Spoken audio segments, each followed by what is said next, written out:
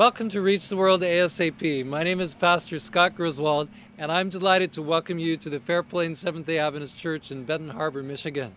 Today we have a very special Sabbath School program presented by Carol Reynolds and Don Starlin, showing what can be done to reach the world that is right next to you, that God has brought through refugees and immigrants. I hope you enjoy it, and I hope it inspires you to solid action. It's a privilege to be here with you. Happy Sabbath, church family.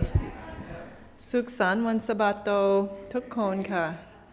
I just said happy Sabbath in Thai. I am longing for the day when we won't have all the division for languages and we'll all speak the same language in heaven, aren't you? I am longing for the day when Jesus comes back in the clouds of heaven.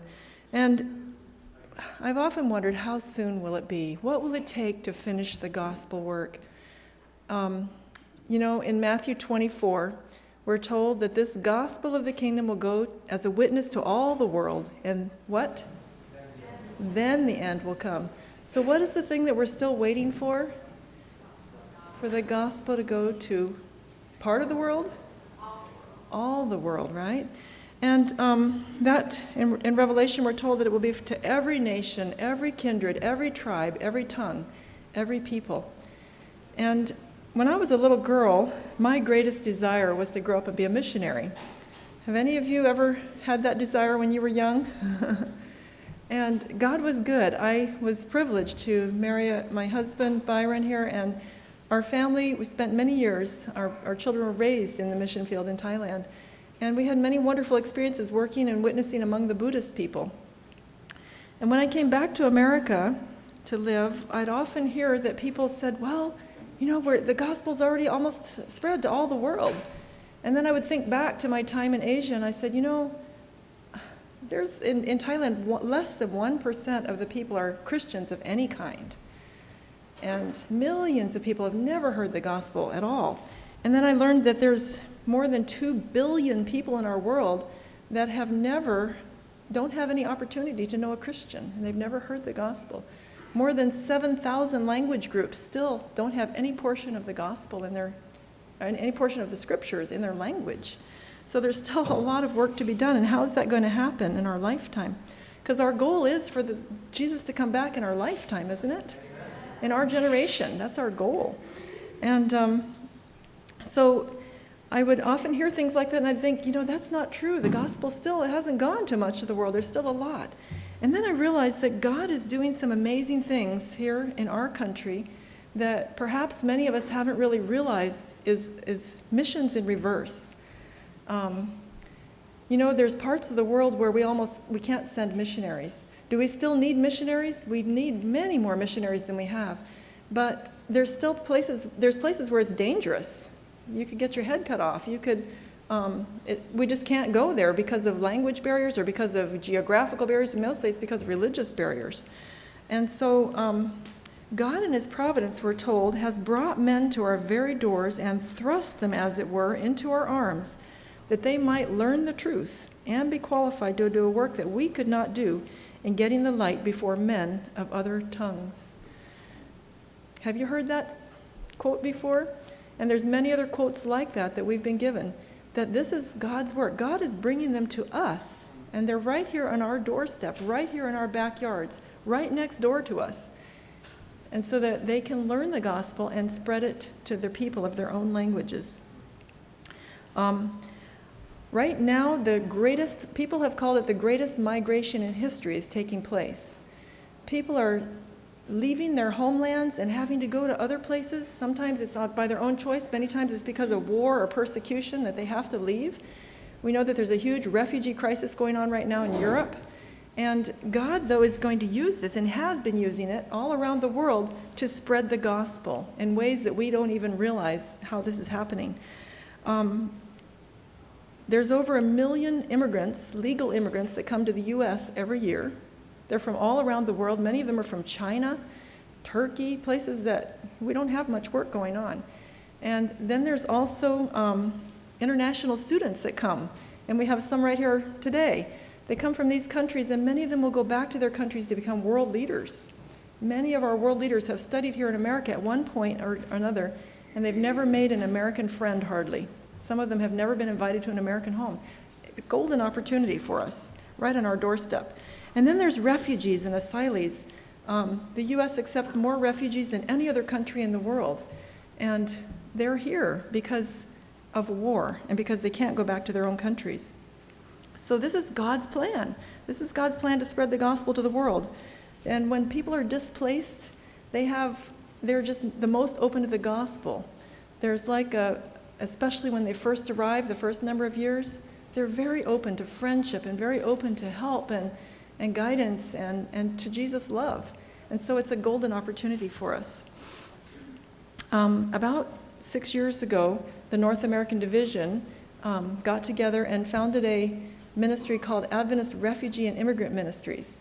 And this is reaching out to refugees and immigrants, especially from the unreached parts of the world. And God is using this ministry around the country, and we work closely in conjunction with ASAP. And we have been so privileged to be a part of ASAP's family for a number of years now, and to see what God is doing among the Southeast Asians, over there and over here too. It's amazing what God is doing. And when a refugee, I'm just going to talk a little bit about refugees now. When refugees arrive, they come usually with just a suitcase, maybe a small bag, and their flip-flops and their sarongs. And they are sent to the most unlikely places: North Dakota, Minnesota, Michigan. Places that you wouldn't imagine a person with flip-flops would survive very well in. But these places, and Arizona and Arkansas, you name it, every single state in the country has refugees from around the world that are arriving, as well as immigrants. And they have a lot of needs.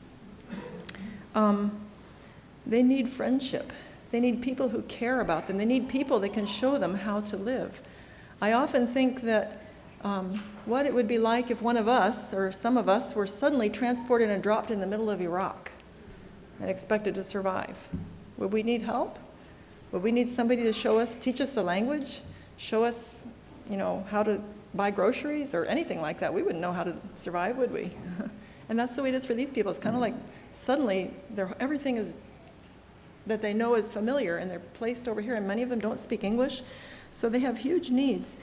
And they need to know our message. They need to know God's love. I'm going to tell you just a few stories of people that I'm kind of connected around the country with many different groups, and I hear what God is doing. And yet there's still so much more that needs to be done. Down in over in Oregon, there's a man named Scott, and he saw these children, and he said, I'm going to start a Pathfinder Club. And then, so he has a Pathfinder Club full of refugee children that are just thriving and doing so well. There is my friend Jolene in New York, and some of you may know her. She is doing an amazing ministry among refugees there. She has her garage full of clothes and used furniture and things, and the refugees just come over there and help themselves. And because of the love and the care that she's been giving them, they now have a thriving church going among these refugees in New York State. And I'm thinking of Fabian. Fabian is an immigrant himself from Jamaica. He lives in North Carolina, and he got involved with refugees that are Nepali speaking from Bhutan. Bhutan is one of the countries that we're getting a lot of refugees from, and he and his wife have helped to plant the very first church among these Nepali-speaking people, the first church that we have here in North America. It's wonderful. It's just by reaching out to them, loving them, and then sharing the gospel with them. So God is working in so many ways. Then I'm thinking of my friend Kelly in Atlanta, Georgia. Kelly and her friends got introduced to the refugees a few years ago. There's a huge pocket of them in Atlanta. They call it the most diverse square mile in the country, where when you drive through it, it feels like you're driving through multiple third world countries all at once. People from all different nationalities and nations, just all in one little area. And Kelly and her friends saw these children, and they said, we've got to figure out a way to get these children into our school. And so year by year, they kept adding a few more. And this year, Kelly told me that they have 54 children that they are sponsoring from K through 12 pre-K through 12. And refugee children, all of them refugee children. In other words, their parents can't pay anything. And I asked her, well, how much money does that cost every month? Well, a few of them are on scholarships, but they have to raise $14,000 every month. And yet they've stepped out in faith, and God is providing somehow, some way. I just am amazed at what God is doing. And these children, it's making an eternal difference in their lives because they don't have any, if they're in the public school system, they quickly get pulled into gangs and whatever else going on in the cities. I'm thinking of a group of refugees up in Minnesota. They have 400 of them meeting together in the gym of one of our churches. 400. It's a big group. And they are, there's other places where people are sponsoring the children and sending them to academies or college because they don't have a lot of means, but they're faithful, some of them. Some of the ones that are Adventists are very faithful, and they're very eager to spread the gospel. I'm just amazed at what God is doing. So we can be missionaries right here. We have this calling upon us. This is God's plan to get the gospel to the world, to spread it as quickly as possible. We hear stories all the time from these refugees of how, in our time of instant communication, how they hear a message and then they have family members back at home in their countries, and they talk to them sometimes every day on the phone. And they share with them what they've learned in their language. Another refugee that they learned about the Sabbath for the first time and our truth about several things, and they shared them with their friends in Norway and Australia. These are refugees that have gone to those countries, and pretty soon it went back to their country too. Within days, this message had gone around. So can you see what God's plan is? Missions in reverse. In other words, God's bringing them to us because we either haven't gone or we can't go, and he says, okay, they're here now. Spread the gospel. Share the good news about Jesus with them so that they can share it with their families and their friends. And sometimes we think, well, it'll go on TV or it'll go on radio. Well, yes, it does, but it's far more effective when you have a friend or a family member who shares something with you. You're much more likely to listen. And so it's people that are spreading the gospel with their own family members and friends. And so these are very precious, precious people. People that if you have the opportunity to become involved with them, you will be greatly blessed to know them. There's so many ways that we can be involved, and we have to be intentional. I know Pastor Scott and Julie, when they go out, they make friends with international people wherever they are, even if it's at a gas station or a restaurant. That's what we try to do too. And then reach out to them. Well, what country are you from, And then oftentimes they have a story, they have a reason, and they often don't have very many American friends that are very interested in them. And there's all kinds of opportunities around us to share with them, going to their restaurants, their shops, offering to teach them English, how to live here, how to buy cars, how to, just you name it. There's whatever you have to offer, they need, basically. And so I am so thankful that God, in his providence, is doing these things. It says here, if we were quick to discern the opening providences of God, we should be able to see in the multiplying opportunities to reach many foreigners in America a divinely appointed means of rapidly extending the third angel's message into all the nations of the earth. Praise God for this opportunity. And Don and Trudy Starlin live here in your community, and my husband and I live in Tennessee, so we don't live nearby here, and they are very well acquainted with all the refugees in this area, and I'm going to invite them now to share a little bit about the ministry that they have been doing the last number of months and years in Michigan and Indiana and surrounding states. And they will share some ideas of how you can get involved as well. So thank you for this opportunity to share. Well, Carol, you've just given us a tremendous tour of the opportunities here and a background. How do you actually reach the world next door? That's the question. God's given us this opportunity. It's really simple. These people live all around us. In fact, one of the members of this family is right here in our midst. Kai is here. This is his family. We had an opportunity. They live up in Grand Rapids, and they're a Tadim-speaking ethnic group within the Chin people group. And everybody can eat food. And so we of course enjoy doing that. All righty. And as Carol pointed out, as refugees arrive, they literally have nothing. And so as you go and visit them and their families, share a meal with them, you get to learn their needs, and you find out they need clothing too. It just so happens that our neighbor-to-neighbor center right down here in Berrien Springs, they have thousands of pounds of clothing that they have to dispense pretty much on a monthly basis, and we're very happy to help them out with that. Over here in Fort Wayne, Indiana, we have a family here at an apartment complex, and you can see the Buddhist shrine in the back there. All you have to do is walk around the complexes, see the people. They'll actually invite you in and want to share a meal or give you something or show you, where they live. It's a beautiful thing. How many have ever had an opportunity right here in the United States to visit a Buddhist shrine? They're in many of these homes. Okay.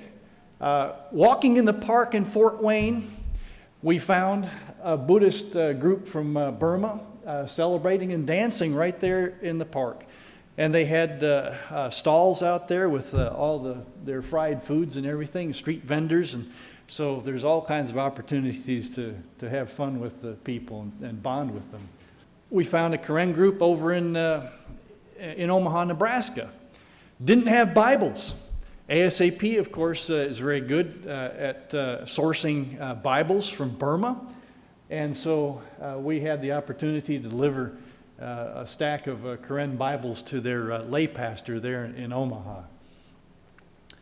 And the last story we'll leave you with, Carol mentioned Iraq. We were visiting some of the Karen people in Indianapolis, and our Karen social worker said, hey, she says, there's an Iraqi family that just came, and they're right over here. Would you like to meet them? So we went over and visited them. They welcomed us in, gave us tea and cookies. And as the conversation went, the husband was the only one who spoke English. He had trained with U.S. Special Forces in Iraq, and his son had gotten sick there. They'd taken him to the hospital. Because of his association with the foreigners, they allowed his son to die, and he realized that they were in trouble. So they evacuated the United States, and this is their family. And I asked them, are you Muslim? Are you Christian? And they said, we're Muslims, but we love Jesus. Really? Tell us about that. Well, when we first arrived, my wife had a lot of pain in her legs, and it progressively got worse. We went from doctor to doctor. They couldn't heal her. A friend at work said, why don't you bring her to our church, and we'll pray for her. So one Sunday, they bring the church van over. They take her to the church. They pray over her. The next day, she's up walking around making him breakfast. He says, with a big smile, Jesus did that. God has opened these opportunities all around us. If you're interested in going with us, give us a call. We're visiting the places on a regular basis. It's a lot of fun and very rewarding. God bless you. So that's exciting. Lots is happening all over the place, and much more needs to be done. If you want to find out how you can get involved, go to reachtheworldnextdoor.com. reachtheworldnextdoor.com for many ideas that are simple and easy to take your family and your church out into the action. Together, let's reach the world ASAP.